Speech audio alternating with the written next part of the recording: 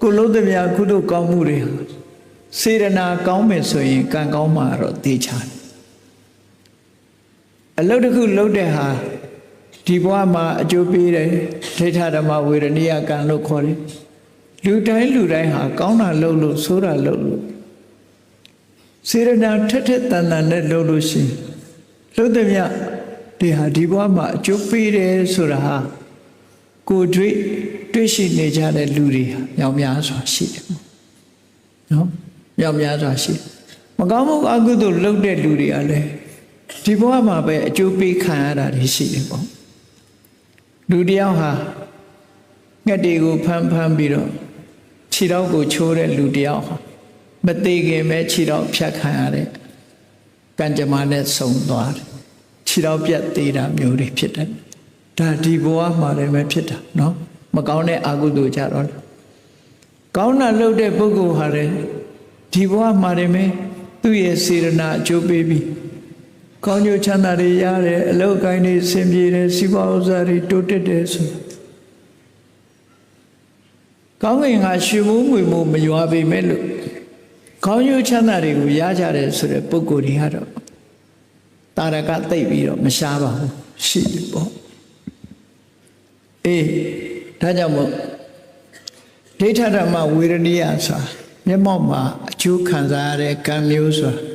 ကိုလှုပ်တဲ့အထဲမှာရှိနေတတ်ဟောကုသိုလ်ပဲလှုပ်လို့အကုသိုလ်ပဲလှုပ်လို့လက်ရှိဘဝအကျိုးပေးမဲ့ကံဟာပါလာပဲအဲ့ဒီကံရဲ့အကျိုးကိုတော့ဒီဘဝမှာလူတိုင်းဟာအမှတ်တမဲ့နေလို့တွေ့ရှိခံစားကြရတာမျိုးရှိတတ်တယ်ပေါ့နော်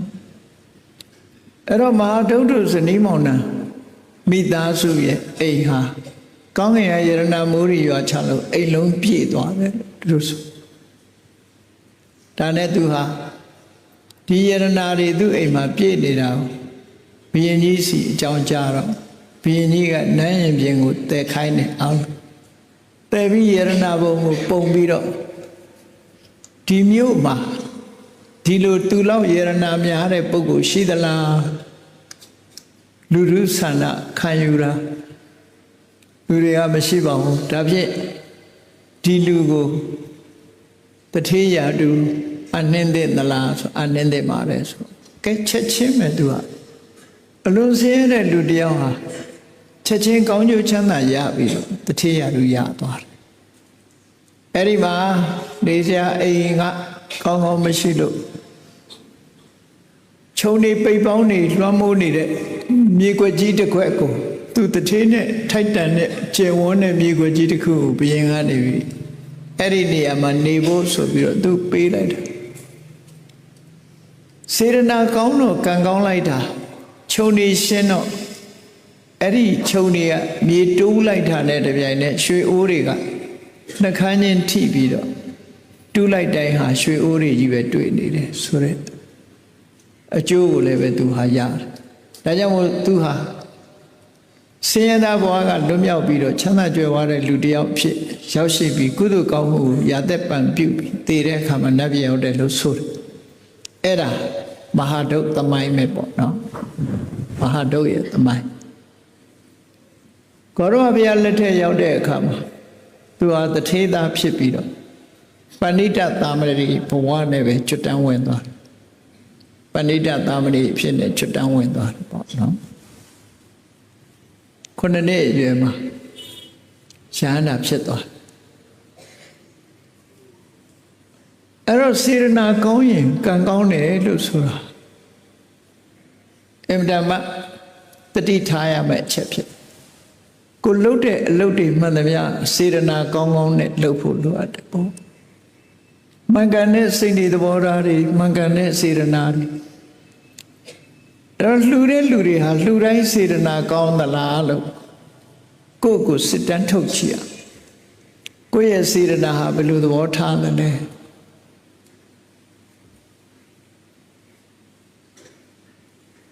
ကိုယ်ကကုသိုလ်ကောင်းမှုမလုပ်လို့ရှိရင်သူများအပြစ်တင်မှကြောက်လို့လုပ်တဲ့လူမျိုးလည်းရှိတယ်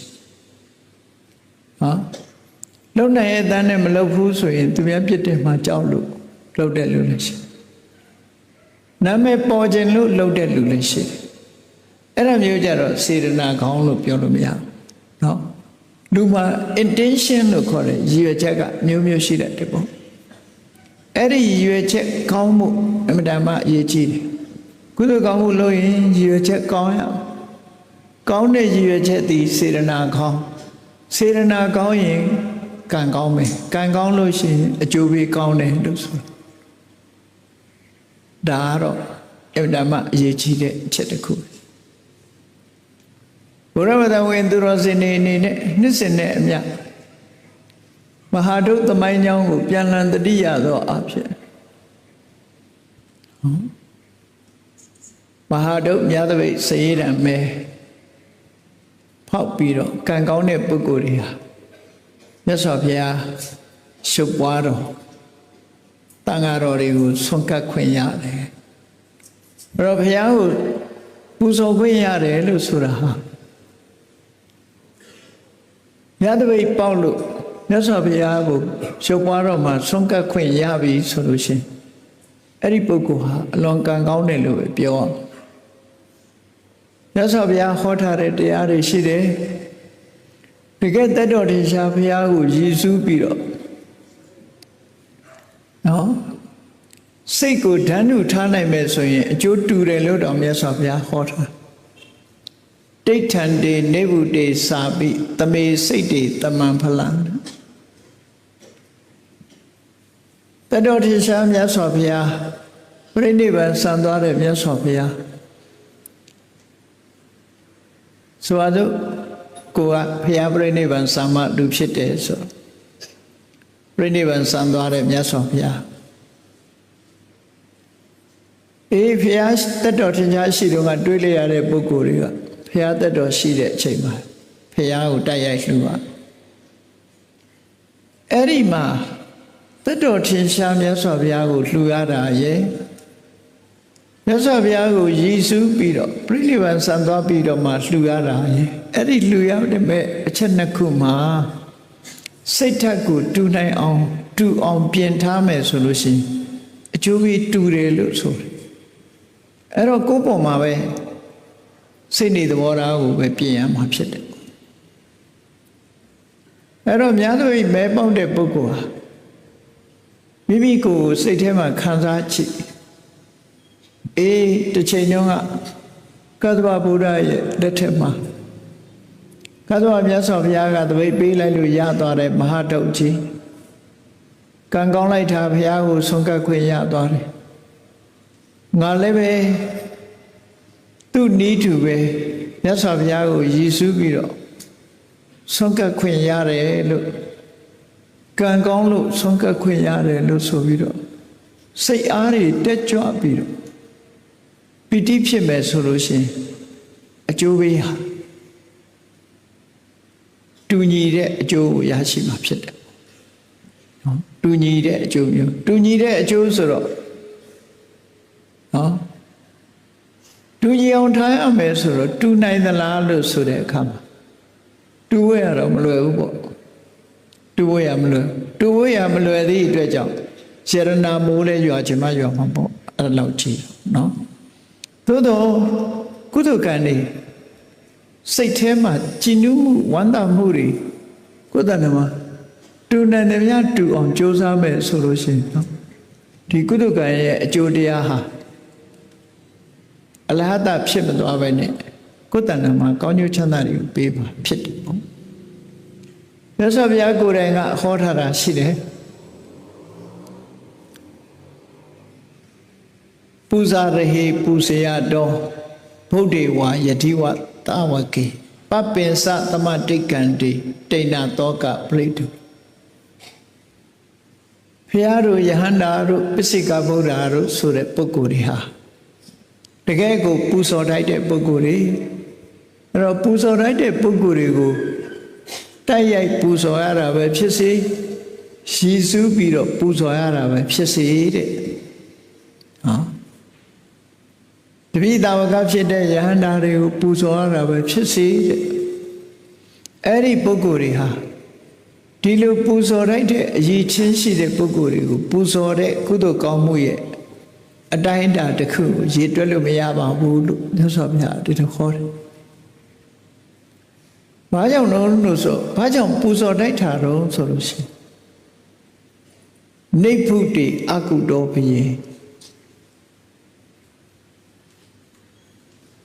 ဘာကြောင့်ပူဇော်တိုက်တုံးဆိုတိဏသောကပရိဒဝေ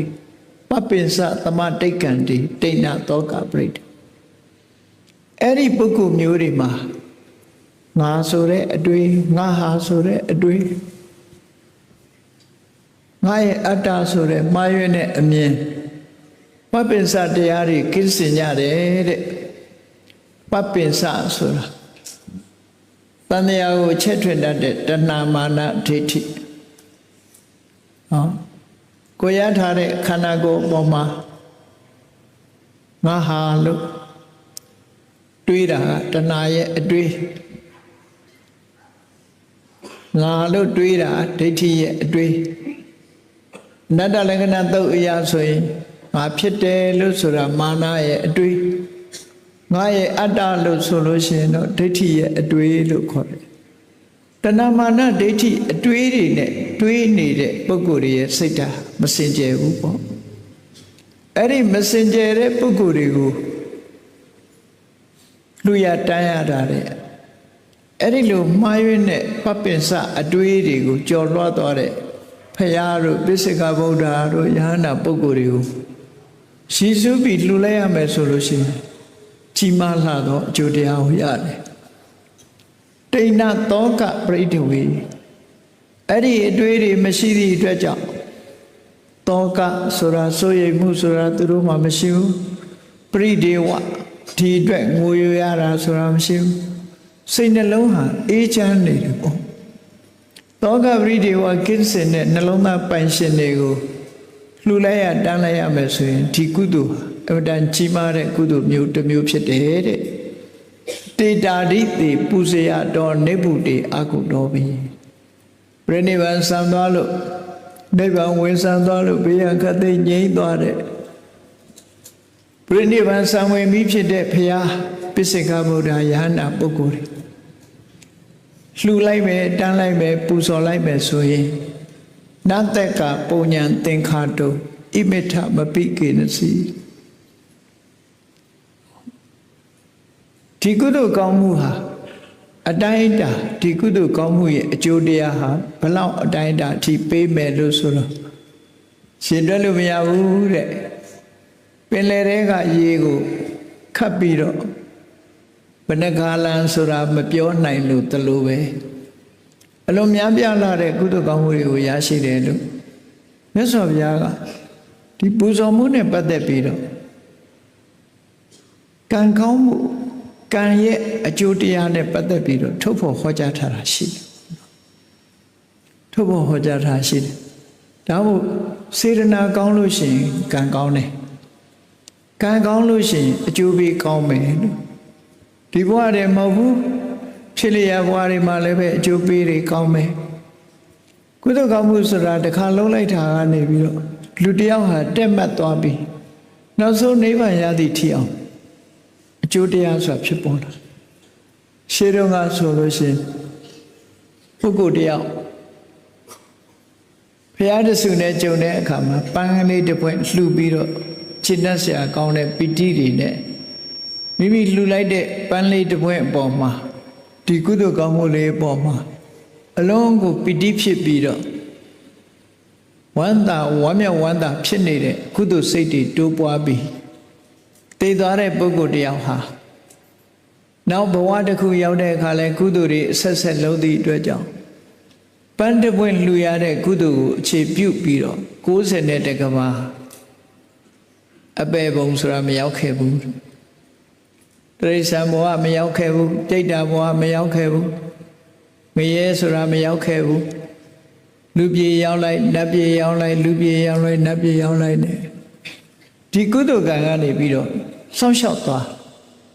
ဘယ်သူမှစောင့်ရှောက်တာမဟုတ်ဘူးကုသိုလ်ကံကစောင့်ရှောက်တာ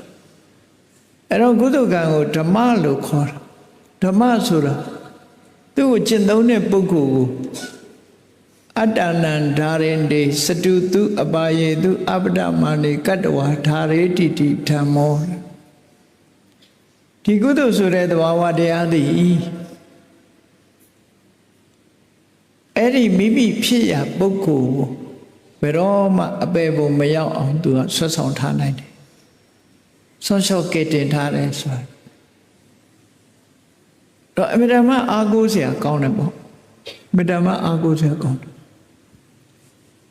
Erelu Kudu Dia Swan Arne Duha Goes in a Dekava, Tekavare Magabu goes in a Dekava. Pandapuan Lude Kudu Ani Chief Pupiro goes a Dekava, a Bemalare, a Piema. Now so a chema. Tigudu Gango Chief Pupiro. Yes of Yanet Duilu. The Adama Hojabi. This I would tipi. Now so much. Never am more putar. Shana Boguti of Pitar. Erogudu Gandakua. Go to simply on looked on. Tibuama Gudu Gamu Lola look. Tigudu Ganya Goneva yaud. Shout by Eddie Buama leve, Gudu Gamu said load. Eddie Gudu Ganya Goneva yaude. Shout there, Gudu Gamu said load. Edilu Gudu Gamu. A sin set my piat pulo to the dredger. To Bogu. Say gone see the Nagong, can go look, Joby gone below. Now so one neighbor until Yamo Putuana, Judia, Yana. Gudu Gamusura. Along Agoyade, need time you chill. Yes, of Yadiki and Goromia Kuranga. Oh. Bonye se Puri don Kaira, Nam Puna. Tamisana Kaira ta to call Bonyata Oseo. Taligo Madan Tabio. Tea dine light now, post home Lord. Yes, of Yaya, Soma dea, Shijazwa Diva de Isura. Dino Soma Zagamio solo report, no? Boda Tadana, Sira and data to Piatadana, Shijazwa Diva de Isura. Soma de Upiora, no? Pia Soma de Soma Zagaria. Laina meso laina re buku tanama tire look to the court. Malaina was like Tibogoma, Tadana Matibu Lupio. Tadana Sura look up in my tira Mahopu. Piome solution, Pia Jongan, Tadana Mahopu. Tadana Sodima, yes of Yai, so much Sakaro di Tadana. Any so much Sakaro they go, John Bupido. Luja Daniel Piari, Johnny Candy Pilara. No, Duroa Tadana Mahopu, Tadana Sodima, yes of Yaya Soma. Chief, yes of Ya, Kudu, but they be below Soma. Ponyan se Purito Kira. Taroa Deoha, Kudu Gamu, Lobe, Suyin, Lole Loba, Kudu Gamu, Loba. Lobe solution. Kaira Nam Puna Tatat Lopi on Lobans. A good Mahado Yadaway Saida Measure Tigudo Gamu, Nichal a J Mount on Chaucer Shiba. No? Tatat Loja. Ero Kudo Gamu Loy, Tatat Loba, yes of ya. Puna. Kaira Nam Puna. Eri Gudu Gamu, changing Tata Loba. Dami Sanan Kaira Ta. No Chinet Sana will live, Muitava. So Gudu Gamu the good low Tavi say, not a Lopia on Joda. Changing Tata Lopia on Joda. No Chinet Sana will live, Yenema Shindani on Ta. Watch out, the little Taidoya the less way to call Ponyata Oseo. Ponyata Gudu Gamwi, Oseo, Mimitanama. To tip Yabiala Jendi to call Chana Duka Yachi, a child may pity. Loga Luria Chana Jene, Todo Aguduri Yenem Yala Visuino, same of it, they chat. Kuduri Yene Nalone Yala Visuma, Chana Mapchide. Tajamo, that's of Yaya, so much the Arroria. ကိုလုပ်တဲ့ကုသိုလ်ကောင်းမှုသည်စေရနာမှန်မှန်နဲ့စေရနာထက်ထက်တန်တန်နဲ့စေရနာကောင်းကောင်းနဲ့ပြုလုပ်ခြင်းအပြင်ကံကောင်းမှဖြစ်တယ်ကံကောင်းလို့ရှိရင်လည်းအကျိုးပေးကောင်းမှဖြစ်တယ်အကျိုးပေးကောင်းမှုကံကောင်းမှုအကျိုးပေးကောင်းအောင်ကံကောင်းမှုလိုတယ်ကံကောင်းမှုအတွက်စေရနာကောင်းမှုလိုတယ်ဆိုတာလေးခွင်းဆက်အနေနဲ့မှတ်သားပြီးမြတ်ဗုဒ္ဓရဲ့အဆုံးအမကိုယင်ထဲမှာမှတ်သားလို့ကုသိုလ်ကောင်းမှုကိုစင်ဆက်မပြတ်မိမိတို့တဏ္ဍာမှာဖြစ်ပွားအောင်ကြိုးစားအားထုတ်နိုင်ကြပါစေကုန်သတည်း